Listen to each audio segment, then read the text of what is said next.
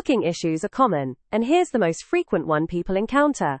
You might come to your dashboard, find the message where you're experiencing issues, and click on it. Now, I see the current goal it's working on here is booking, and I can also see that over here. What you don't want is for it to be working on a goal that's not booking, and throwing out availability. This might happen if you went into the main tab of your bot and entered a bunch of information about your availability and its final goal of booking appointments, but it should be working on something else like getting their name. If that's the case, what you would want to do is come into your main section and make sure you remove everything about booking from these fields.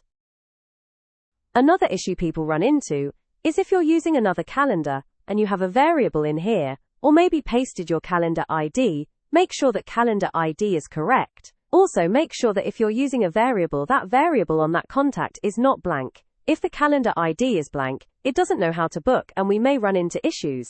Lastly, if your contacts are from all over the world and you need it to book conversationally according to time zones, make sure you have a time zone objective before your booking objective.